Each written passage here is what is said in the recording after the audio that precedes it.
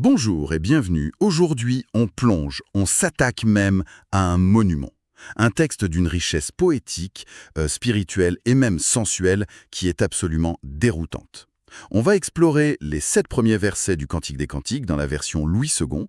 Notre mission, c'est de creuser sa signification purement théologique, suite à une demande d'analyse qu'on a reçue. On va essayer de regarder au-delà de la poésie pour toucher à l'allégorie de la relation entre l'âme et le divin. Et pour commencer, rien que le titre, Cantique des Cantiques, ça pose le décor, non? Ce n'est pas juste un chant, c'est le chant par excellence. C'est exactement ça. Ce superlatif, il nous prévient tout de suite. Il nous dit « Attention, vous entrez dans un lieu à part ». Et ce qui est fascinant, c'est que ce texte est d'abord un poème d'amour incroyablement humain. Charnel, même. Oui, c'est ce qui peut surprendre au premier abord. Elle ne vient pas effacer cette dimension. Au contraire, elle s'appuie dessus. C'est justement cette tension entre le désir terrestre et l'aspiration spirituelle qui donne au texte toute sa puissance. Chaque image a une double lecture, et c'est un peu ça qu'on va essayer de décortiquer ensemble. Parfait. Alors allons-y. Le texte s'ouvre de manière très directe, sans préambule, avec une demande d'une intensité assez surprenante. Verset 2.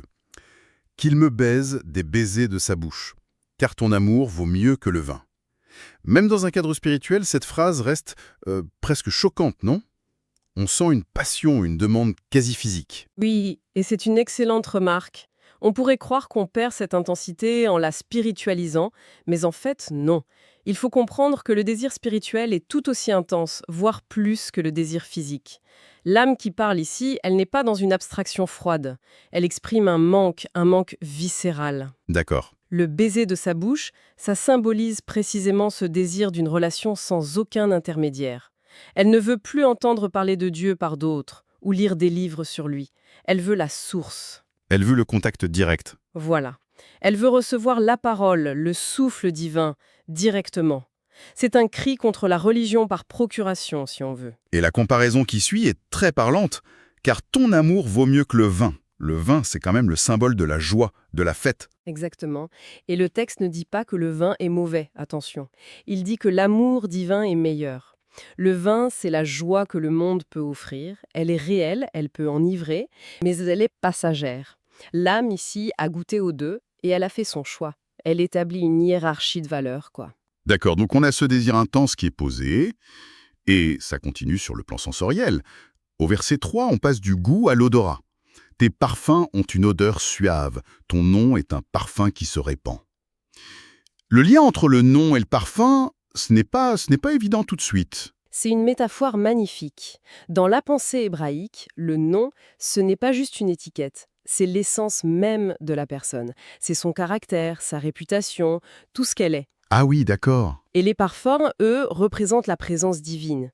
Une présence qui est décrite comme agréable, attirante, qui embaume l'atmosphère. Donc si je suis bien, quand le texte parle du nom de Dieu, c'est un peu comme si on parlait de sa réputation ou de son aura aujourd'hui. L'idée que tout ce qu'il constitue, sa bonté, sa justice, ça se diffuse naturellement, comme une odeur, et ça attire les gens. C'est exactement ça. La connaissance de qui est Dieu n'est pas une information statique, c'est une force active qui se propage. Et la conséquence logique est donnée juste après. C'est pourquoi les jeunes filles t'aiment. Les jeunes filles? Qui symbolise ici les âmes pures, sincères, celles qui sont encore capables d'être touchées par la beauté, par la vérité. Elles ne sont pas aimées par contrainte ou par devoir, mais par une attraction naturelle, irrésistible, envers ce parfum. Ce qui est intéressant, c'est qu'après avoir été attirée, l'âme ne reste pas passive du tout. Au verset 4, elle passe à l'action. « Entraîne-moi après toi, nous courons ». Il y a une urgence, une impatience qui se dégage de cette phrase. Tout à fait. L'âme a senti le parfum, elle est attirée, mais elle réalise qu'elle ne peut pas faire le chemin seule. D'où cette prière. « Entraîne-moi ». C'est un aveu de faiblesse et en même temps une reconnaissance du besoin de la grâce pour avancer. Et la réponse est immédiate. Oui, et c'est une réponse joyeuse. Ce n'est pas une marche lente et laborieuse, c'est une course. Nous courons. Le « nous » suggère une collaboration. L'âme participe activement à ce mouvement qui a été initié par le divin. C'est un élan partagé. Et cette course, elle a une destination. Le roi m'introduit dans ses appartements. On passe de l'extérieur, de la poursuite, à une intimité encore plus profonde, presque secrète. C'est le but du voyage, oui. Les appartements du roi, ce n'est pas un lieu physique, C'est le symbole d'un accès à une connaissance plus profonde, à une communion privilégiée. C'est l'entrée dans les secrets divins, dans une compréhension qui est réservée à ceux qui se sont laissés entraîner. Et la suite le confirme. Nous nous égaillerons, nous nous réjouirons à cause de toi. La source de la joie, ce n'est pas le lieu, c'est la personne. Et la conclusion, c'est avec raison que l'on t'aime. Ça ancre cet amour non pas dans une émotion aveugle, mais dans une expérience bien réelle de la bonté divine. Alors là, on est au sommet de la joie, de l'intimité, tout semble parfait. Et tout d'un coup, le disque change complètement. On passe de l'exaltation à une confession qui semble sortir de nulle part, au verset 5. C'est vraiment déroutant. « Je suis noire, mais je suis belle, fille de Jérusalem. » Comment c'est possible? Comment concilier ces deux affirmations qui semblent totalement contradictoires? On touche là au cœur du réalisme spirituel de ce texte. Ce n'est pas un conte de fées, c'est le portrait d'une âme lucide. Je suis noire, c'est la conscience aiguë de sa propre imperfection, de ses fautes, de son péché. C'est une prise de conscience? Oui. Et la comparaison avec les tentes de Kédar, des tentes de nomades en peau de chèvre noire usées par le désert, elle est très forte. C'est l'image de ce que le monde et ses épreuves ont fait d'elle en apparence. C'est la reconnaissance de sa misère. Et pourtant, dans la même respiration, sans pause, elle affirme « Mais je suis belle ». D'où lui vient cette assurance, cette beauté si elle se voit si noire? Elle ne vient pas d'elle-même. C'est ça la clé. Sa beauté n'est pas innée, elle lui est donnée. C'est une beauté qui est conférée par la grâce de celui qui l'aime.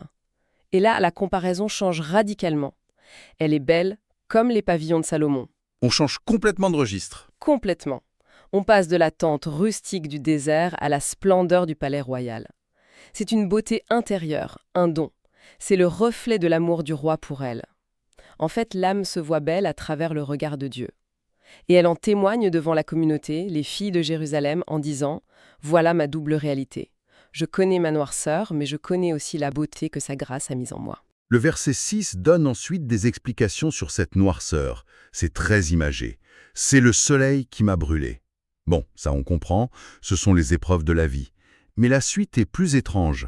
Les fils de ma mère se sont irrités contre moi. Ils m'ont faite gardienne des vignes. Ma vigne, à moi, je ne l'ai pas gardée. Ça sonne très concret, presque comme une querelle de famille. Et c'est important de partir de là. Les fils de ma mère, ce sont des proches, ceux de sa propre maison. Spirituellement, ça peut représenter des conflits au sein même de la communauté, des faux frères, ou plus largement des pressions, des obligations mondanes qui viennent de notre entourage et qui sont hostiles à notre vie intérieure. Ils s'irritent contre cette dévotion qui leur semble une perte de temps. Et leur action est très concrète. Ils la forcent à s'occuper des vignes des autres. Elle est donc détournée de sa propre tâche, c'est ça. Elle est forcée de s'occuper des priorités des autres. Précisément, elle est dispersée. On lui impose des tâches extérieures, des préoccupations qui ne sont pas les siennes, qui l'épuisent et l'éloignent de l'essentiel. Et ça l'amène à l'aveu le plus tragique et le plus poignant de tout le passage. « Ma vigne à moi, je ne l'ai pas gardée. » C'est une phrase d'une tristesse. On a tous un peu ce sentiment parfois. C'est une confession de négligence spirituelle. C'est une expérience très moderne en fait. C'est le burn-out spirituel. C'est la personne tellement prise par les urgences des autres, les emails, les notifications, les projets, qu'elle réalise un soir qu'elle n'a pas eu une seule minute pour elle, pour se recentrer, pour cultiver son jardin intérieur. L'âme a été tellement occupée par les obligations qu'elle a laissé sa propre relation avec Dieu en friche. Donc, après cette prise de conscience qui est assez dévastatrice, que fait l'âme? Elle ne s'effondre pas dans la culpabilité, au contraire, elle agit. Le verset 7, c'est une prière, une question directe et simple. « Dis-moi, ô toi que mon cœur aime, où tu fais paître tes brebis, où tu les fais reposer à midi. » Elle cherche une direction claire. C'est une étape fondamentale. Ayant vu son échec, elle ne cherche ni à se justifier, ni à se plaindre. Elle se tourne vers le seul vrai guide qu'elle identifie comme le bon berger. Et regardez bien ce qu'elle demande. Pas le pardon, pas des biens, pas du réconfort facile. Elle demande une information pratique, la direction. Où aller? Oui. Où tu fais paître tes brebis, ça veut dire où se trouve la vraie nourriture spirituelle, la saine doctrine, pour que je ne me perde plus. Et la deuxième partie de la question, où tu les fais reposer à midi? Le détail de midi, il est important. Il est crucial. Au Moyen-Orient, midi, c'est l'heure la plus chaude, la plus écrasante. C'est le moment de l'épreuve maximale.